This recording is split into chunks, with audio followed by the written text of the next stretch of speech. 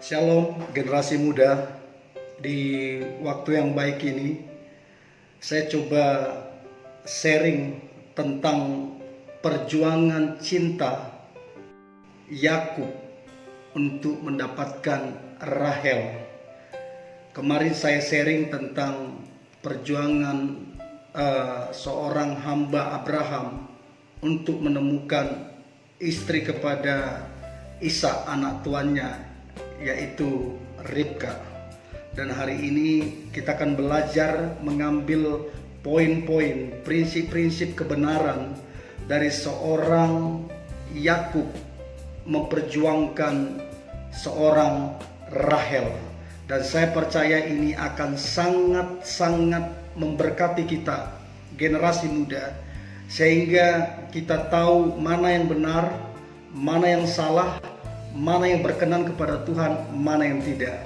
Nah, kita baca di dalam kitab Kejadian 29 ayat 1 sampai ayat ke-30. Kejadian 29 ayat pertama sampai ayat ke-30.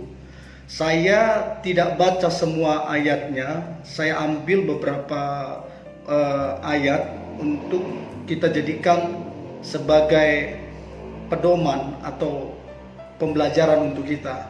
Nah, kita baca di ayat keempat. Di ayat keempat dikatakan, bertanyalah Yakub kepada mereka, saudara-saudara, dari manakah kamu ini? Jawab mereka, kami ini dari Haran. Ayat yang kelima, lagi katanya kepada mereka, kenalkah kamu Laban, cucu Nahor? Jawab mereka, kami kenal. Ayat yang keenam, selanjutnya katanya kepada mereka, selamatkah ia? Jawab mereka, selamat. Tetapi lihat, itu datang anaknya perempuan, Rahel dengan kambing dombanya. Selagi ia berkata-kata dengan mereka, datanglah Rahel dengan kambing dombanya, sebab dialah yang menggembalakannya. Ketika Yakub melihat Rahel anak Laban saudara ibunya serta kambing domba Laban, ia datang mendekat lalu menggulingkan batu itu dari mulut sumur dan memberi minum kambing domba itu. Lalu Yakub menceritakan kepada Rahel bahwa ia sanak saudara ayah Rahel dan anak Ribka. Maka berlarilah Rahel menceritakannya kepada ayahnya. Segera sesudah Laban mendengar kabar tentang Yakub, anak saudaranya itu, berlarilah ia menyongsong dia, lalu mendekap dan mencium dia, kemudian membawanya ke rumahnya. Maka Yakub menceritakan segala hal ikhwalnya kepada Laban. Kata Laban kepadanya, sesungguhnya engkau sedarah sedaging dengan aku. Maka tinggallah Yakub padanya genap sebulan lamanya. Kemudian berkatalah Laban kepada Yakub, masakan karena engkau adalah sanak saudaraku, engkau bekerja padaku dengan cuma-cuma. Katakanlah kepadaku apa yang patut menjadi upahmu. Nah, perhatikan saudara ayat 16. Laban mempunyai dua anak perempuan. Yang lebih tua namanya Lea. Jadi Lea itu kakak pertama. Dan yang lebih muda namanya Rahel si bungsu. Lea tidak berseri matanya, tetapi Rahel itu elok sikapnya dan cantik parasnya. Yakub cinta kepada Rahel, sebab itu ia berkata, aku mau bekerja padamu 7 tahun lamanya untuk mendapatkan Rahel, anakmu yang lebih muda itu. Yang ke-19, sahut Laban, lebih baiklah ia kuberikan kepadamu daripada kepada orang lain, maka tinggallah padaku. Yang terakhir ayat 20. Jadi bekerjalah Yakub 7 tahun lamanya untuk mendapatkan Rahel itu. Tetapi yang 7 tahun itu dianggapnya seperti beberapa hari saja karena cintanya kepada Rahel. Saudara, anak-anak muda, banyak pertanyaan masuk kepada saya. Bagaimana untuk kita mengenali seseorang apakah orang ini benar, apakah orang ini berkenan kepada Tuhan, apakah orang ini bisa diperjuangkan apa tidak. Maka kita akan belajar dari seorang Yakub dalam memperjuangkan cintanya. Nah, Alkitab bilang Yakub ini menuju ke Haran. Jadi Yakub melakukan perjalanan menuju ke Haran di tempat saudara daripada ibunya. Nah, waktu Yakub mendekat di kota Haran, Yakub ini berjumpa dengan beberapa gembala, dan Yakub bilang, dia tanya, "Kenalkah kamu Laban cucu Nahor?" Pamannya Yakub.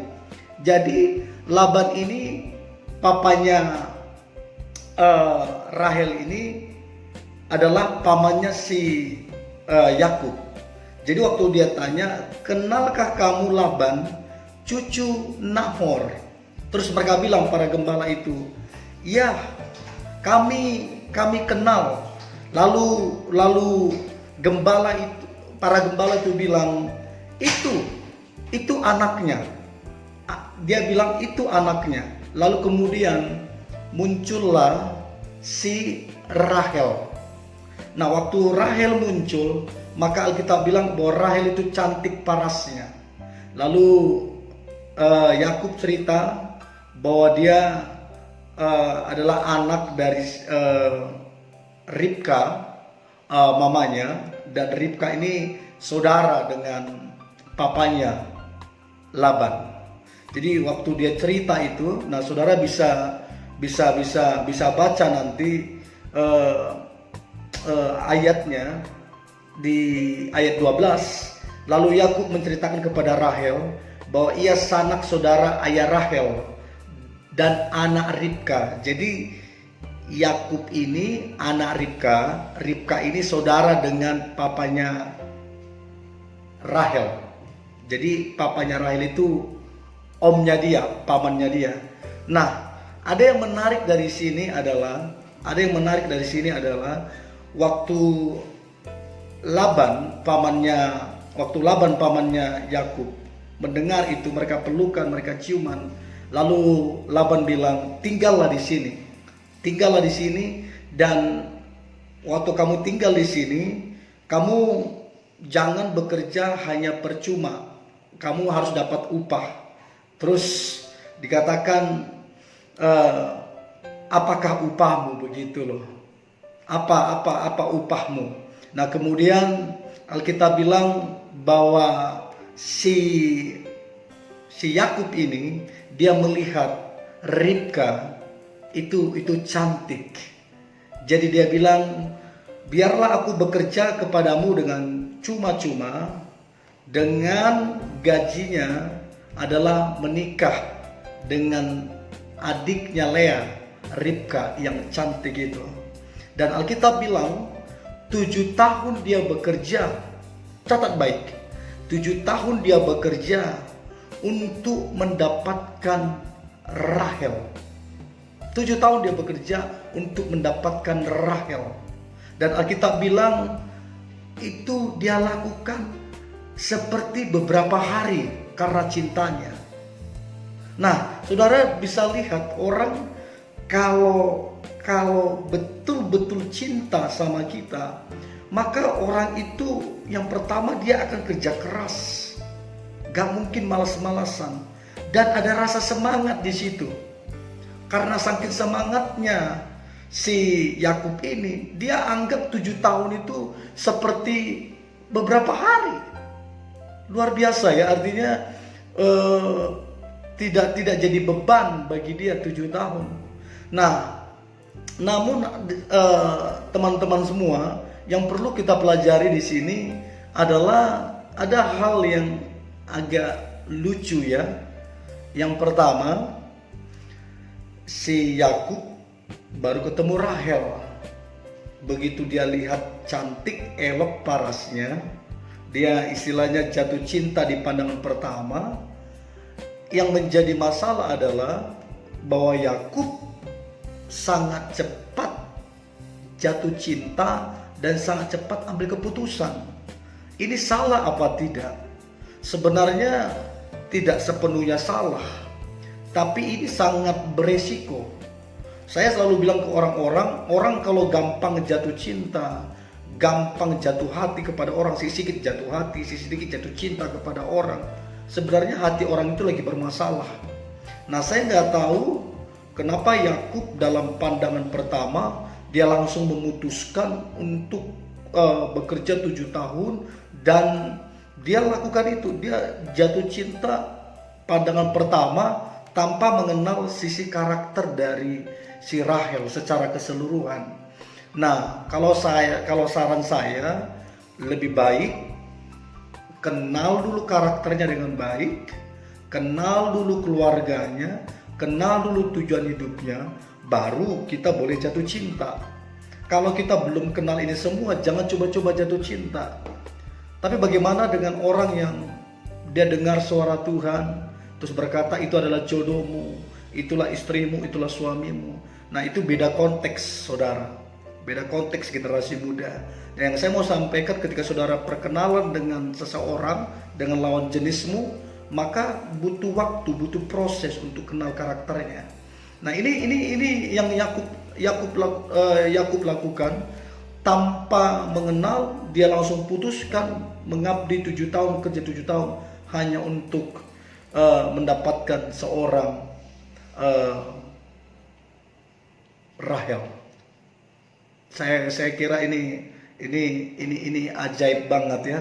Ini keren banget. Kalau ada laki-laki begini, saya ajuki jempol, mau kerja keras selama 7 tahun hanya untuk dapatkan perempuan yang dicintainya.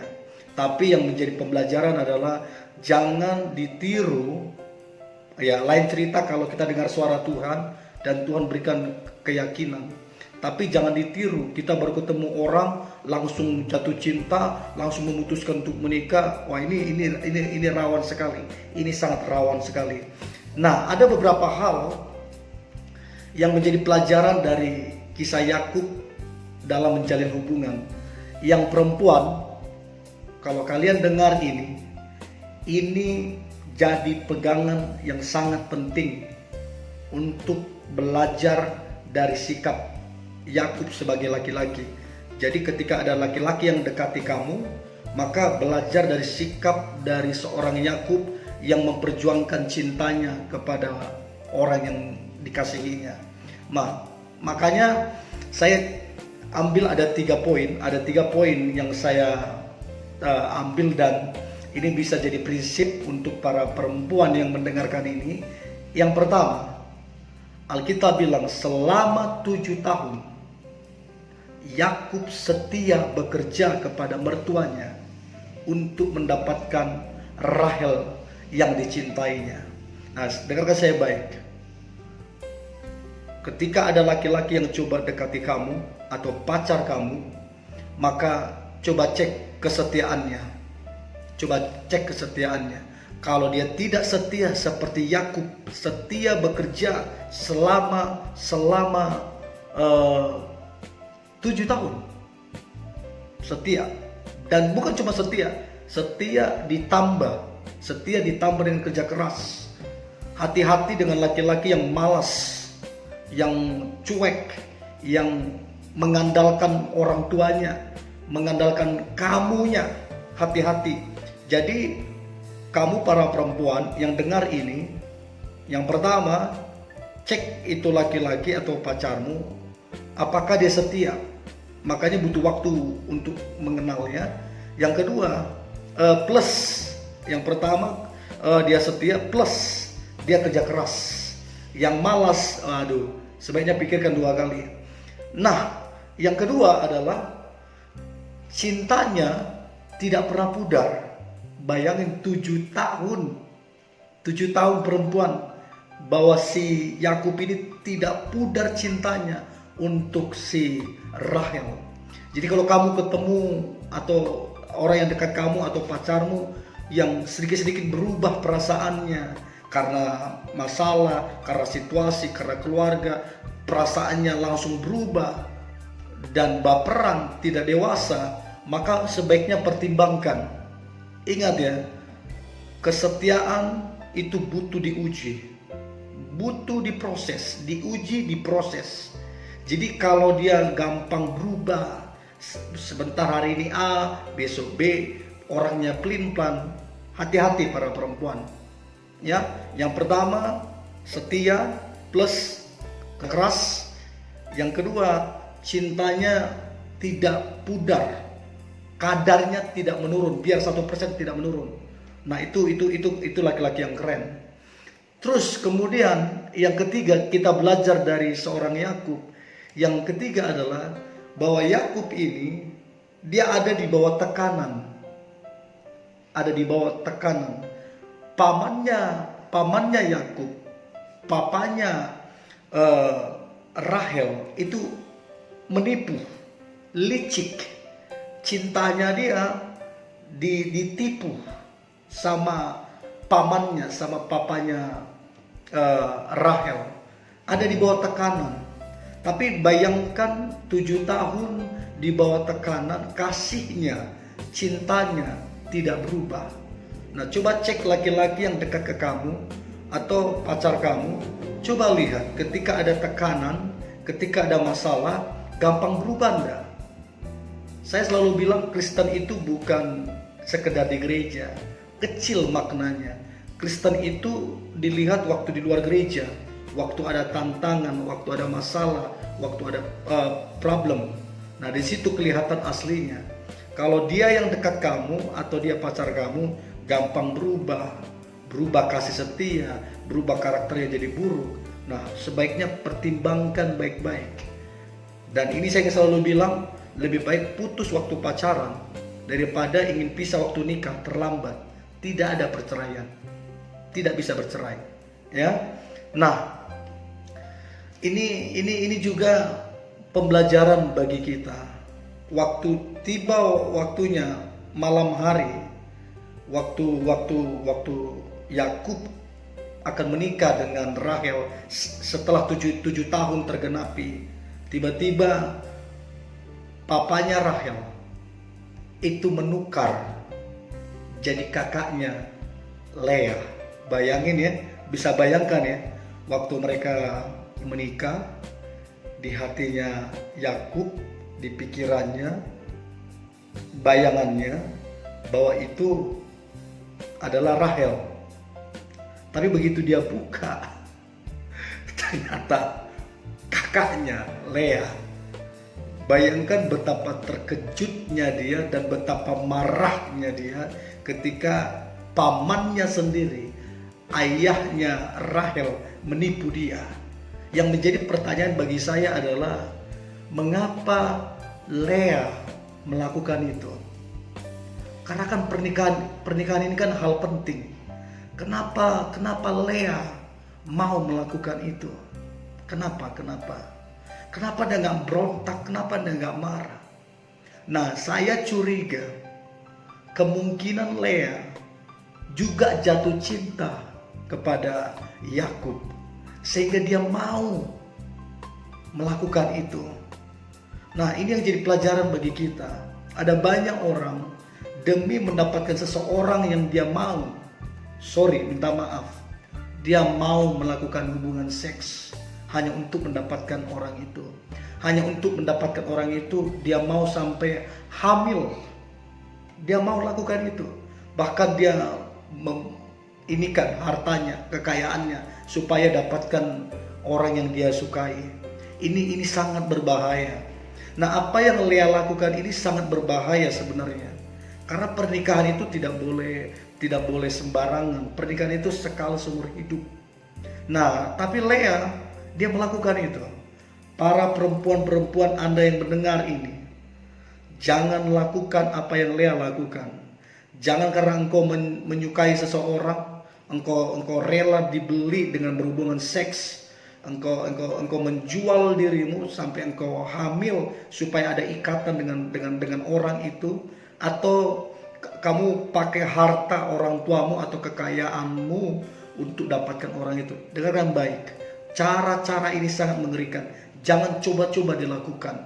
Ingat, jodohmu sudah disediakan Tuhan. Yang dari Tuhan, yang terima kamu apa adanya. Nah, itu pembelajaran dari seorang Lea, kakaknya Rahel. Nah, kemudian teman-teman semua, ada hal yang menarik lagi. Setelah dia buka, ternyata Lea, dia terkejut, dia mungkin marah di situ. Nah, papanya Rahel bilang, kalau kamu mau dapatkan Rahel, kamu kerja 7 tahun lagi. Bayangin, untuk dapatkan Rahel 14 tahun Yakub memperjuangkan cintanya, dan itu dianggap seperti beberapa hari, teman-teman. Jadi apa yang Yakub lakukan ini jadi pembelajaran untuk kami para lelaki, untuk kita berjuang mati-matian sampai bahasa orang bilang sampai penghabisan terakhir untuk dengan orang yang kita cintai, apalagi itu yang dari Tuhan. Nah, kalau laki-laki gampang menyerah, gampang putus asa, berubah setia, gampang berubah, karakter berubah. Sorry. Ini kalau jadi imam nanti, jadi kepala rumah tangga, hancur itu rumah tangga. Ya, jadi para perempuan belajar cari pacar atau suami seperti Yakub yang kerja keras, setia, bahkan sampai 14 tahun dia anggap seperti beberapa hari. Karena apa? Rasa cinta, kerja keras, dan semangat. Nah, pelajaran dari Laban, papanya Rahel. Apa pelajaran dari papanya Laban? Dengarkan saya baik. Laban adalah papanya Rahel, artinya keluarganya. Nah, ketika kamu kenal seseorang, baik laki-laki atau perempuan, ketika kamu kenal seseorang, maka kenalilah keluarganya dengan baik-baik. Jangan cuma cinta sama anaknya, kenali keluarganya dengan baik-baik. Saya banyak dapati rumah tangga akhirnya rusak, berantakan karena pihak keluarga ikut campur. Bagus kalau itu positif. Kalau ini yang negatif, disuruh inilah, kamu lawan suamimu lah, kamu usir istrimu lah, kamu pukul istrimu lah. Ada keluarga yang berikan begitu loh. Nah, untuk itu kita mesti kenal keluarganya dengan baik-baik. Jangan keburu-buru, udah ayo nikah, padahal kamu gak kenal keluarganya. Jadi belajar seperti papanya Rahel yang licik ini, yang penipu ini. Mari kita belajar, kita kenali keluarganya. Apakah keluarganya benar apa tidak? Itu sangat penting. Nah, pelajaran dari Rahel. Rahel punya nama, itu keren arti namanya. Rahel itu artinya domba betina. Anda yang perempuan-perempuan, domba betina, dengarkan baik. Domba, satu-satunya andalan domba adalah gembala. Satu-satunya kekuatan domba adalah gembala. Satu-satunya andalan domba adalah gembala. Satu-satunya senjata domba adalah gembala. Tanpa gembala, domba tidak bisa berbuat apa-apa. Nah, dengarkan saya baik. Yohanes 10 ayat 14 berkata begini, akulah gembala yang baik, dan aku mengenal domba-dombaku, dan domba-dombaku mengenal aku. Bahwa Yesus adalah gembala agung. Rahel domba, kita domba, bahwa Tuhan adalah gembala agung. Anda yang mendengarkan ini, ingat kita ini domba. Kita butuh Tuhan, kita butuh firman-Nya. Dalam menjalin hubungan, dalam memperjuangkan hubungan, kita harus mengandalkan gembala kita, mengandalkan suaranya, mengandalkan firman-Nya, sehingga kita menemukan pasangan yang tepat. So, ini yang boleh saya bagikan. Saya berdoa Anda menemukan pasangan yang setia plus kerja keras. Ya, yang kedua, cinta dan kasihnya tidak pudar sekalipun dimakan waktu, tidak pudar seperti Yakub. Yang ketiga, sekalipun ada tekanan, ada masalah, situasinya nggak mendukung, tetap berjuang, cinta nggak berubah, semangat tidak berubah. Dan yang terakhir adalah yang mencintai Tuhan dan mencintai kamu. Saya berdoa dalam nama Tuhan Yesus, Anda menemukan pasangan yang dari Tuhan, seperti Yakub, yang bekerja keras untukmu, kemudian yang tidak menyerah, yang setia, yang mengasihimu, mengasihi keluargamu, dan pada akhirnya kalian menikah. Saya percaya tahun-tahun ini, tahun-tahun ke depan engkau akan mengalami mujizat Tuhan, bertemu dengan pasangan yang dari Tuhan. Ini yang boleh saya sampaikan. Please tonton terus, dan saya berharap lewat tayangan-tayangan ini saudara terberkati, terbangun, dan semakin kuat di dalam Tuhan. Tuhan Yesus memberkati.